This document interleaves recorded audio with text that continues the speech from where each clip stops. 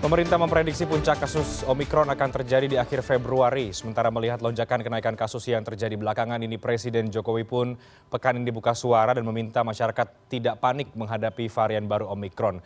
Presiden juga menyampaikan tingkat keterisian rumah sakit masih terkendali. Di saat yang sama, kebijakan pemerintah membuka pintu penerbangan internasional di Bali dinilai sebagian oleh pakar justru tidak bijaksana. Bagaimana editorial CNN Indonesia melihat kebijakan dan langkah pemerintah jelang puncak kasus varian Omikron? Kita akan diskusikan seperti biasa di hari Minggu dari kacamata editorial view bersama dengan Mas Revolusi Riza, Wapemret dan juga Kepala Peliputan CNN Indonesia. Selamat malam Mas Revo, sehat ya Mas? Selamat malam Renat. Ya, Mas Revo, pekan ini kita kembali dikejutkan dengan angka-angka kenaikan kasus yang melonjak. Hari ini pun sekitar angka 30 ribuan kasus, penambahan kasus yang baru. Sementara pemerintah sudah memprediksi puncak kasus Omikron ini terjadi di akhir Februari. Nah, melihat antisipasi dan juga kebijakan yang diambil pemerintah, apakah kita melihat bahwa pemerintah memang sudah siap untuk menghadapi puncak kasus varian Omikron yang diprediksi pada akhir Februari? Mas Revo, seperti apa catatan editorial kita melihat itu? Ya Renat, sebenarnya kan kalau misalkan kita bicara tentang Omikron ini, kita sudah sering bicara di editorial view ini ya Renat. Dan kita sudah berulang kali mengingatkan pemerintah tentang akan kehati-hatian menghadapi varian baru ini. Apalagi kita selalu mengingatkan bahwa ada beberapa hal yang sangat memungkinkan untuk membuat angka COVID-19 ini kembali naik. Pertama karena adanya liburan, dan pada waktu itu artinya memungkinkan orang saling bersilaturahmi dan bertemu dalam konteks yang sekarang adalah libur Natal dan Tahun Baru. Kemudian adanya varian baru gitu ya Renat ya. Nah ini kan yang berulang kali kita sampaikan bahwa pemerintah harus waspada dan sekarang sudah mulai terasa ini sebulan setelah Natal dan Tahun Baru kita sudah mulai merangkak naik dan kita belum tahu apakah angka sekarang ini baru di kakinya naik atau sudah pertengahan atau di puncak.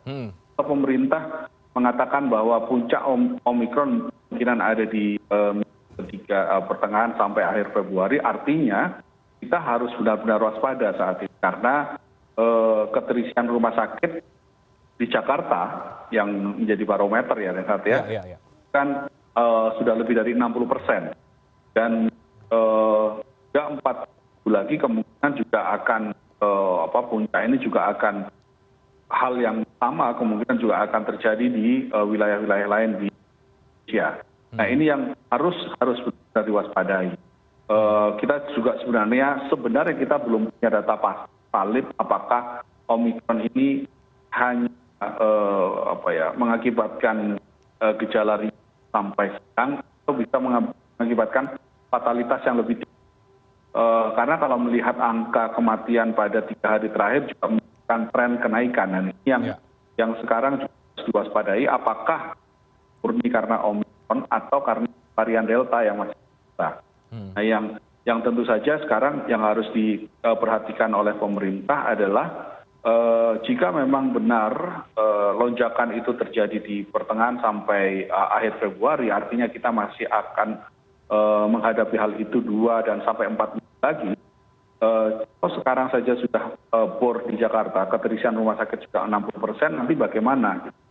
Bagaimana kemudian pemerintah bisa menekankan kepada masyarakat? Kan sekarang menurut data beberapa pasien dengan gejala ringan atau tanpa gejala kan ada beberapa yang dirawat di rumah sakit ya Renat ya. Kalau data yang kita terima dari Kementerian Kesehatan. Dan kalau himbauan dari pemerintah, mereka-mereka yang bergejala ringan atau tidak bergejala ini sebaiknya menjalankan isolasi mandiri di rumah atau di tempat-tempat isolasi terpadu, bukan di rumah sakit. Tapi kan orang yang positif COVID ini tentu psikologisnya berbeda ya Renat ya. Ketika sudah ada demam, misalkan batuk-batuk, sakit tenggorokan, tentu ada kekhawatiran lain. Psikisnya bagaimana? Dan jika psikis ini tidak tertangani di rumah, kan itu bisa berpotensi memperburuk kondisi. Mungkin sebagian orang pada akhirnya juga merasa lebih safe kalau di rumah sakit. Nah ini kemudian seperti kondisi-kondisi seperti itu harus diantisipasi dengan cara bagaimana?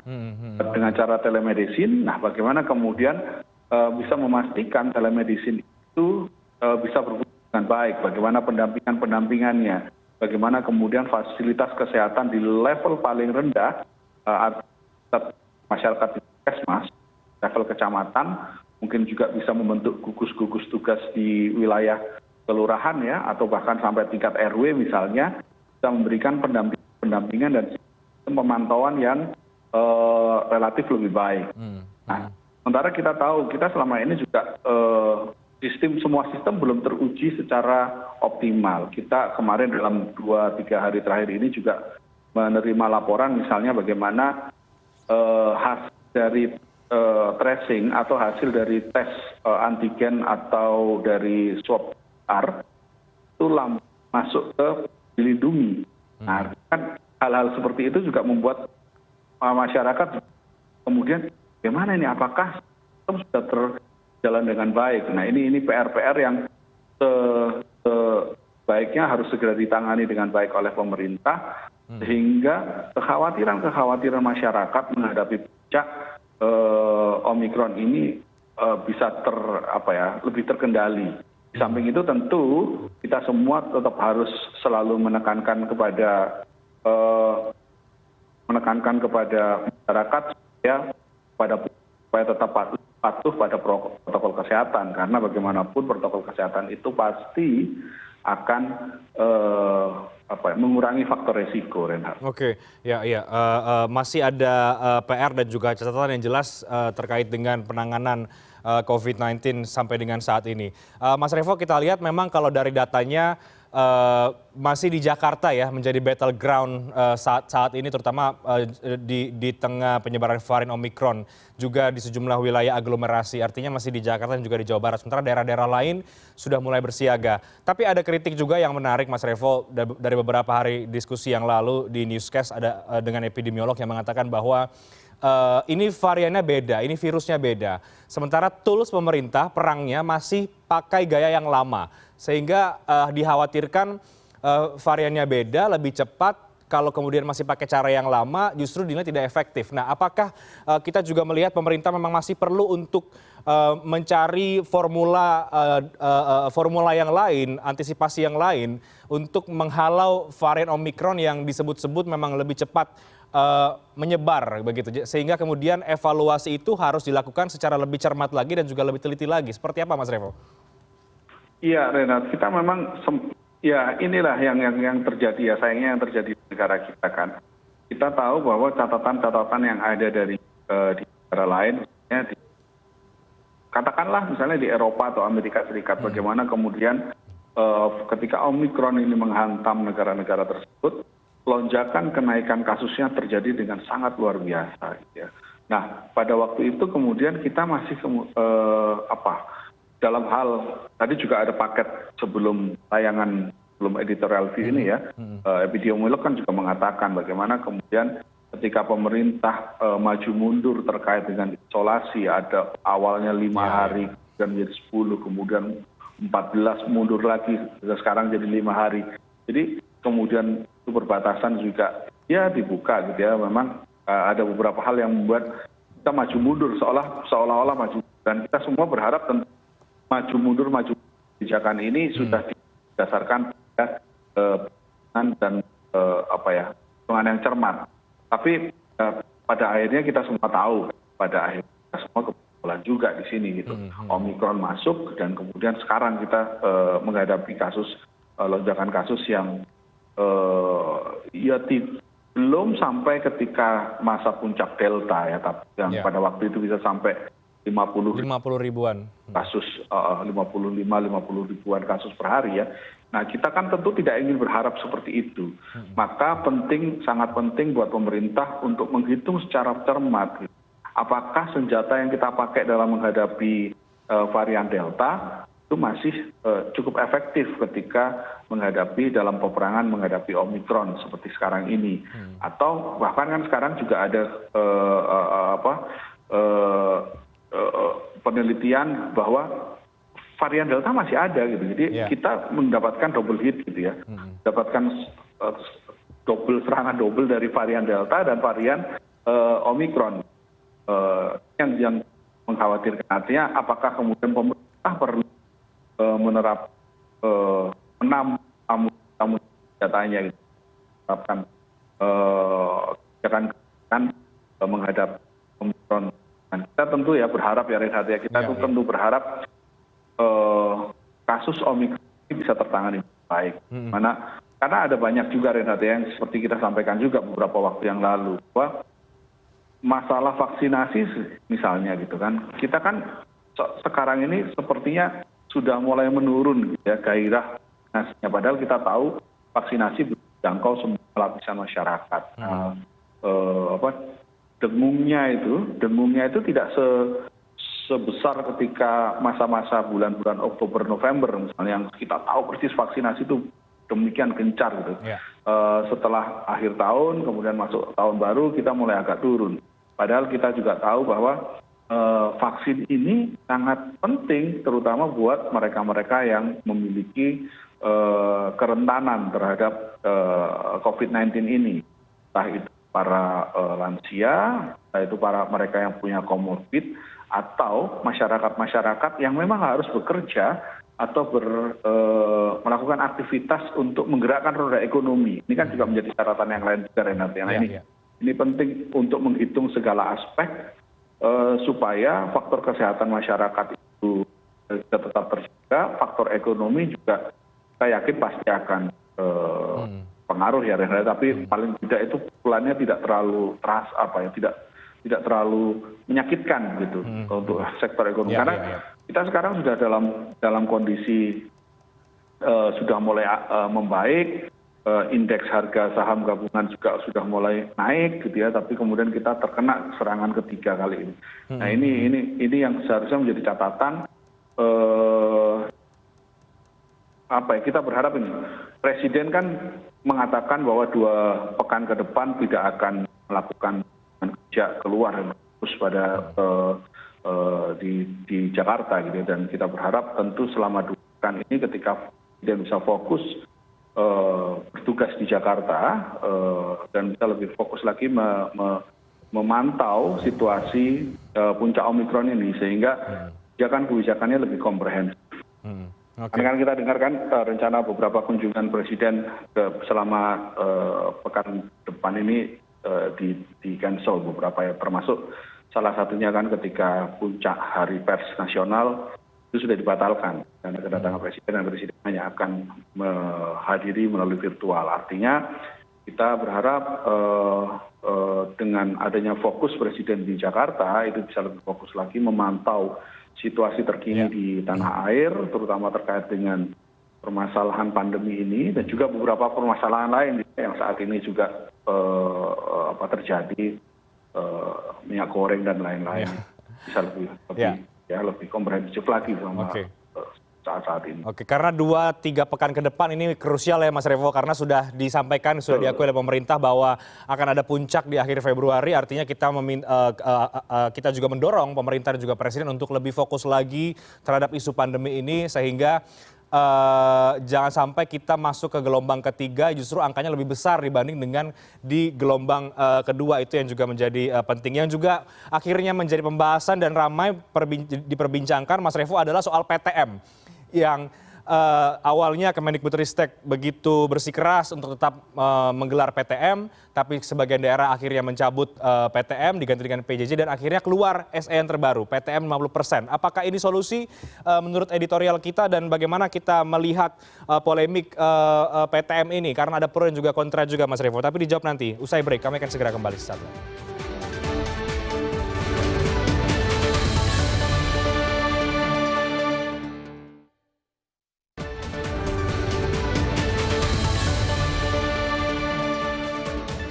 Ya, masih dalam editorial view, masih bersama dengan Mas Revo. Tadi kita membahas soal puncak Omikron di akhir Februari. Sekarang kita topiknya agak lebih sharp lagi, Mas Revo. Ini soal PTM ya, yang pekan ini ramai sekali menjadi perbincangan pro dan juga kontra, karena sebagian ada yang menilai PTM sebaiknya ditunda lagi, tapi sebagian juga menilai bahwa PTM bisa dijalankan. Sampai akhirnya muncul SE bahwa 50% akhirnya boleh menggelar PTM dari Kemendikbudristek. Bagaimana kita melihat soal keputusan itu, Mas Revo?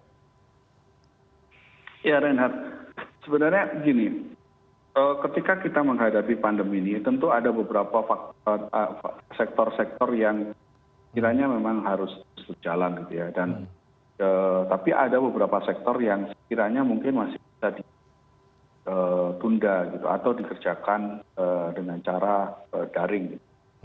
Nah, tatap sekolah, kegiatan belajar mengajar itu akan masih bisa dilaksanakan secara daring.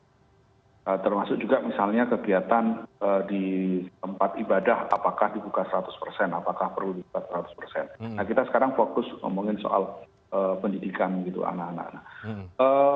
Staf di kantor staf presiden kemarin di CNN Indonesia juga mengatakan bahwa desakan untuk tetap menyelenggarakan PTM ini kan karena ada evaluasi bahwa ada masukan-masukan bahwa pendidikan jarak jauh PJJ ini tidak terlalu berjalan dengan optimal. Banyak siswa-siswa kelas 1, kelas 2 yang selama 2 tahun ini menjalani pendidikan secara online, secara PJJ, ternyata masih banyak yang belum bisa baca. Nah, ini tentu menjadi problem yang lain ya Reinhard ya. Tapi tentu saja kan kita memegang dalil bahwa keselamatan publik ini kan adalah yang utama. Apakah kita perlu menggadaikan keselamatan publik ya, itu pertanyaannya.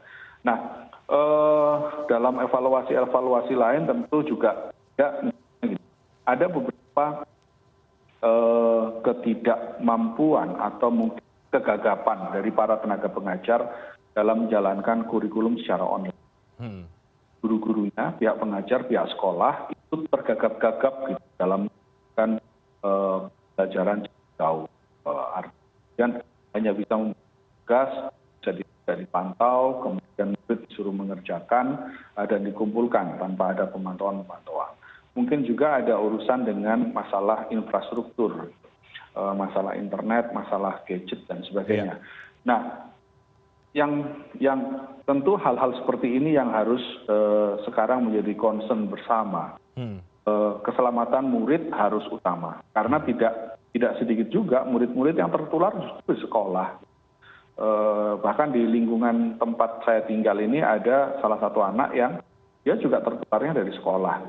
Ya kan, ini ketika dia tertular di sekolah, pulang ke rumah, bawa virusnya ke rumah, belum tentu ini juga menjadi hal yang akhirnya membahayakan pihak yang lain. Nah, ini juga harus menjadi catatan. Terkait dengan tadi misalnya kegagapan guru, pihak pengajar dalam menjalankan pembelajaran online, itu harus menjadi perhatian serius dari Kementerian Pendidikan dan Kebudayaan supaya bisa memberikan training-training gitu. Karena kita tidak tahu pandemi ini akan jalan sampai kapan. Jika kita tidak tahu pandemi ini berjalan sampai kapan, beberapa ahli mengatakan bahkan bisa jadi sampai tahun 2028 misalnya, artinya kan kita masih panjang menjalani masa-masa seperti ini gitu ya. Taruhlah misalnya kan kita selama tahun 2022 ini masih akan pandemi seperti ini. Kalaupun misalkan kemarin sudah ada tren turunan, ternyata kena gelombang ketiga gitu ya, dan kita tidak tahu depan masih ada gelombang-gelombang berikutnya atau seperti apa. Artinya untuk menghadapi pandemi ini salah satunya juga harus menyiapkan tenaga-tenaga pengajar, infrastruktur supaya bisa lebih adaptif terhadap pandemi. Guru-guru harus disiapkan gitu ya. PTM kalau memang dalam kondisi tentu akan sangat-sangat situasional ya. Ketika angka COVID di daerah tersebut turun, bisa jadi di situasional. Tapi kalau enggak ditutup. Baik. Mas Revo, maaf saya harus potong dulu karena kita harus menyaksikan konferensi pers dari Polres Bantul, Mas Revo, terkait dengan kecelakaan bus pariwisata yang menewaskan 13 orang. Kita akan dengarkan keterangan pers berikut ini.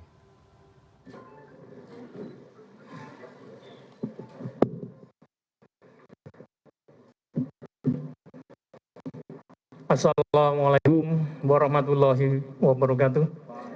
Selamat malam dan salam sejahtera buat kita sekalian. Yang terhormat Bapak Wadir Lantas Polda Daerah Istimewa Yogyakarta, yang saya hormati Bapak Kapolres Bantul, yang saya hormati Bapak Kepala Cabang Jasa Raja Bantul, yang saya hormati Bapak dari Rumah Sakit PKU Muhammadiyah Bantul, serta Bapak Ibu rekan-rekan awak media yang berbahagia. Kami ucapkan terima kasih atas kehadirannya pada malam hari ini. Kami sampaikan bahwa pada malam hari ini Polres Bantul akan menyampaikan konferensi pers terkait kejadian kecelakaan lalu lintas tunggal yang melibatkan bus PO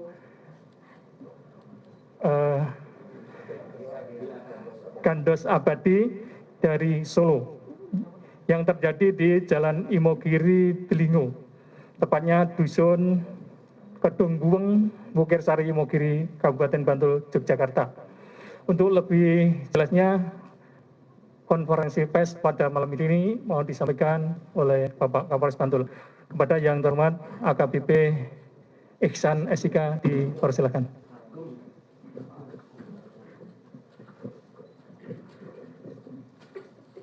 Assalamualaikum warahmatullahi wabarakatuh. Selamat malam rekan-rekan media. Malam ini kami dari Polres Bantul bersama dengan jajaran dari Ditlantas Polda DIY, kemudian dari Jasara Harja dan dari Rumah Sakit PKU Muhammadiyah akan menyampaikan konferensi pers terkait peristiwa kecelakaan lalu lintas tunggal yang terjadi tadi siang atau tepatnya pukul 14.00 WIB di Jalan Raya Imogiri Delingo atau tepatnya di Bukit Bego yang biasa dikenal daerah Bukir Sari Imogiri. Adapun kronologis kejadian dapat kami sampaikan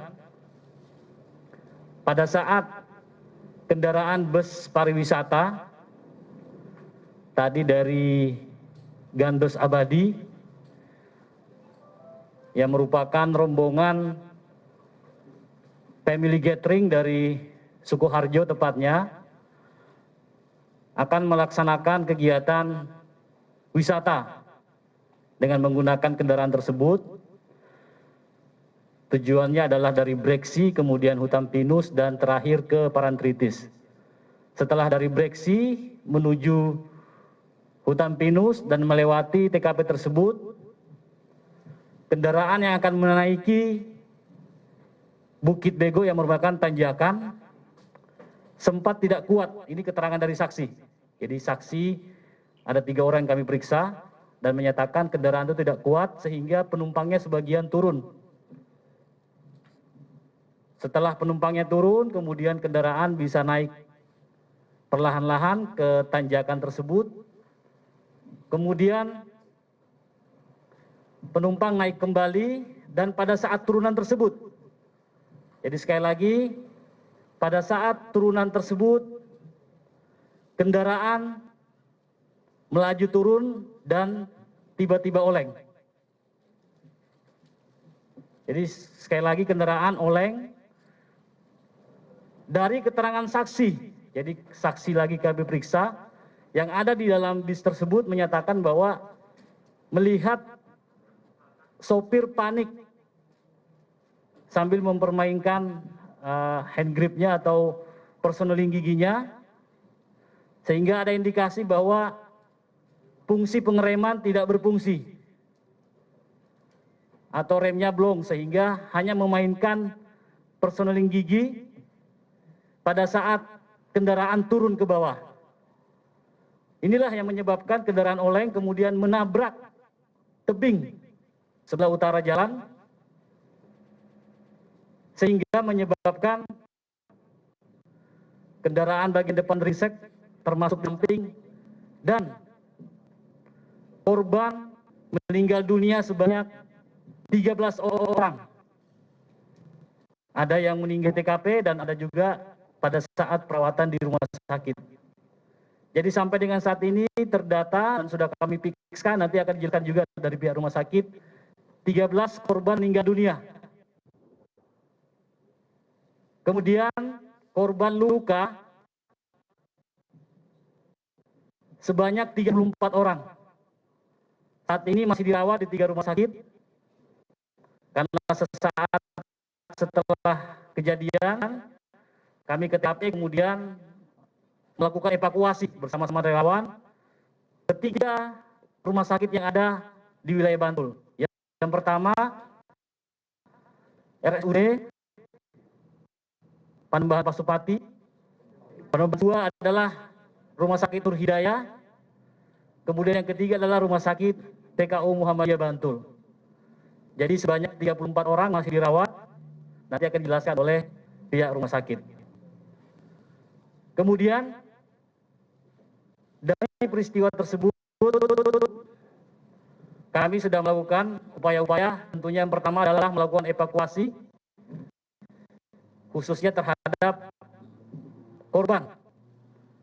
Kami bersama relawan segera mengevakuasi korban.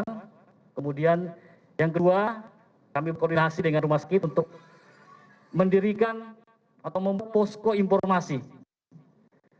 Sudah kami buat 3 posko di 3 rumah sakit tersebut yang bertujuan untuk memberikan informasi terhadap korban yang dirawat di rumah sakit tersebut. Kemudian kami juga melakukan identifikasi karena masih ada 4 orang. Saat ini masih proses identifikasi kami karena pada saat perawatan ataupun kejadian tidak dilengkapi dengan identitas dan ini masih proses identifikasi oleh Inafis. Kemudian korban yang meninggal tersebut rencana malam ini akan kami segera kawal bersama dengan pihak rumah sakit tentunya dan Jasara Harja ke Sukoharjo atau lokasi alamat sesuai dengan KTP dari korban tersebut. Akan kami kawal untuk memastikan korban tersebut diantar ke keluarga masing-masing. Sekali lagi, kami tentunya turut berduka cita kepada keluarga korban atas peristiwa ini. Dan tentunya akan kami laksanakan proses olah TKP, kemudian penyidikan untuk mengetahui penyebab kecelakaan ini. Akan kami proses tentunya sesuai dengan ketentuan yang berlaku.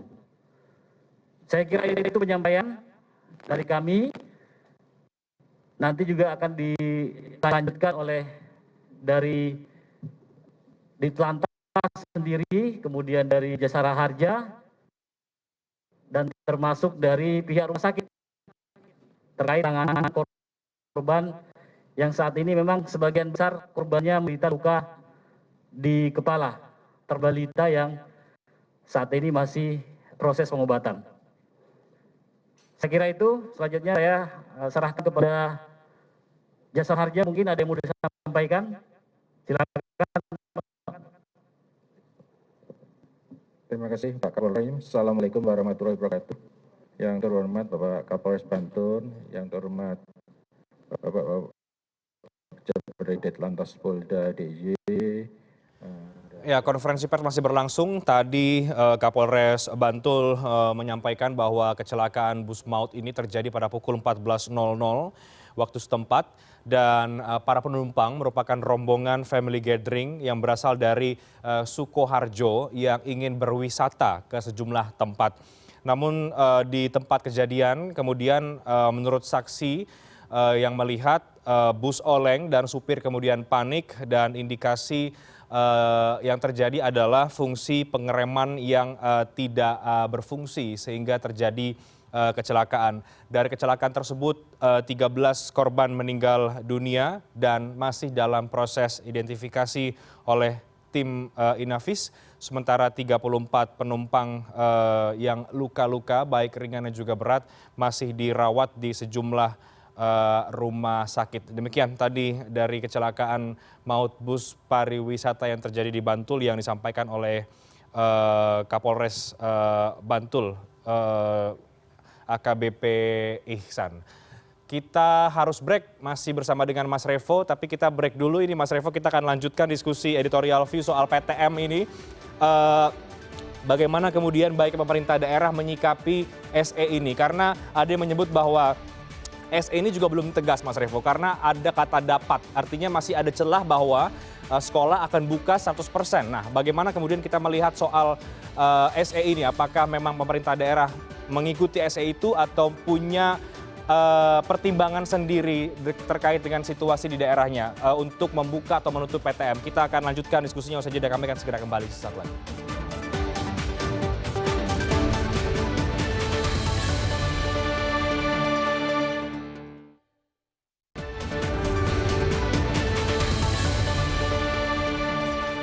Tadi ada beberapa catatan ya Mas Revo dari editorial kita soal PTM, termasuk juga PTM yang memang sebaiknya situasional melihat situasi.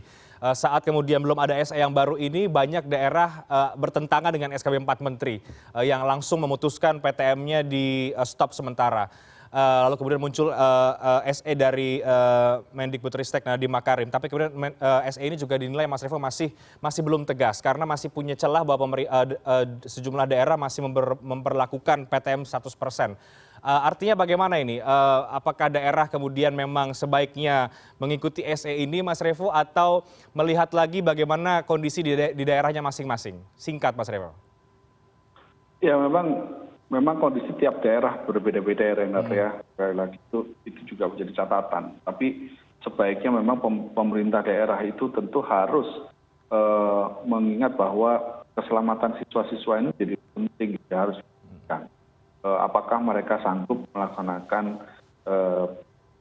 PTM gitu, bertatap muka dengan protokol kesehatan yang baik. Kalau tidak bisa, mendingan nggak perlu di stop sementara, persiapkan atau 50%. Di SE yang dikeluarkan memang di surat edaran kan memang ada kata dapat gitu. Dan juga memberi pilihan kepada orang tua murid apakah anaknya mengikut sertakan anaknya ke PTM atau PJJ. Artinya memang sekolah tidak bisa memaksakan harus PTM. Kalau orang tua tidak yakin, bisa diberi pilihan mengikuti secara daring atau online. Nah, ini tentu menjadi tugas dari sekolah untuk bisa menyediakan pilihan-pilihan kepada siswanya, kepada orang tua. Apakah kalau di pendidikan secara jauh, maka sekolah harus menyiapkan infrastruktur internet, komputer gitu ya, dengan headset dan jaringan dan kemampuan guru untuk bisa mengajar secara hybrid. Ini jalan masih panjang. Tentunya Kemendikbudristek harus mengupgrade semua guru-gurunya supaya bisa melaksanakan pendidikan, mengajar secara online dengan baik dan mengajar secara offline dengan baik. Secara online juga tidak kalah baik. Saya pikir ini yang harus diperhatikan karena kita tidak tahu pandemi kapan akan berakhir. Okay. Kalau misalkan lagi tinggi, angka tinggi, sebaiknya PTM di stop aja dulu. Dilaksanakan secara online. Tapi bukan berarti kalau misalkan dilaksanakan secara online kemudian dilaksanakan secara asal-asalan gitu ya. Nah, ini juga menjadi PR juga kepada para pengembang infrastruktur, bagaimana kemudian jaringan internet itu bisa menjangkau semua lapisan masyarakat. Kemudian bagaimana wilayah-wilayah pedesaan, kalau misalkan di desa tersebut yang ada hantaman dari COVID-19, tentu kan tidak mungkin harus dilaksanakan secara PTM ya. Sekolah tentu harus ditutup dan dilaksanakan secara online. Nah, ini bagaimana kalau misalkan kejadian pandemi ini terjadi di wilayah-wilayah yang infrastrukturnya buruk. Nah, ini harus jalan masih panjang rasa-rasanya Rena, tapi kita mau tidak mau harus menyiapkan ini semua. Karena lagi-lagi jangan sampai murid itu secara keselamatan dipertaruhkan, tapi kita juga tidak ingin kan generasi muda kita ini nanti pendidikannya tidak optimal. Ini yang harus diselaraskan juga, gitu Reinhardt. Kalau di kota-kota besar, saya pikir seharusnya sih tidak ada hal urgent untuk menyelenggarakan PTM 100%. 10% itu itu mungkin masih angka yang sangat moderat. Karena kalau sekarang itu di sekolah-sekolah negeri kan rata-rata ruang kelas yang segitu ya kita tahu biasanya isi kelasnya kan lebih dari 40. Artinya ruang kelas dengan luasan yang tidak seberapa itu tentu akan besar. Nah, itu yang harus dihitung juga gitu. Cara antar siswa, kalau memang tidak bisa 50%, 50% masih terlalu banyak ya. Artinya 50% masih terlalu banyak, dikurangi lagi. Bila perlu kan cukup 30% aja tuh. Kan rumah atau 20%. Harus dihitung betul jarak rentang antara siswa ketika duduk di bangku dengan sebelah kanannya, belakangnya harus. Lagi-lagi semua tidak harus dipaksakan dengan M ya untuk saat ini. Oke, baik Mas Revo. Jadi kata kunci utamanya adalah dalam dilema PTM ini kita melihat bahwa keselamatan ini yang harus menjadi utama, keselamatan publik dalam penentuan PTM ini dibuka atau di stop sementara. Dan dalam masa PJJ, karena kita tidak tahu situasi pandemi akan seperti apa, pemerintah punya PR bagaimana memaksimalkan dan juga membuat tenaga pengajar agar tidak gagap begitu ya Mas Revo dalam PJJ, sehingga juga kekhawatiran akan ada learning loss misalnya di siswa itu tidak kejadian dan tidak menghambat pendidikan bagi anak-anak di Indonesia. Terima kasih Mas Revo untuk editorial view pada malam hari ini. Kita lihat mudah-mudahan sejumlah daerah lebih cermat lagi menentukan kebijakan PTM dan tetap mengutamakan keselamatan publik dalam penentuan PTM atau tidak di daerahnya masing-masing. Terima kasih Mas Revo Lusiriza untuk diskusi editorial view pada malam hari. Selamat malam, sehat selalu Mas Revo. Selamat malam, selamat malam.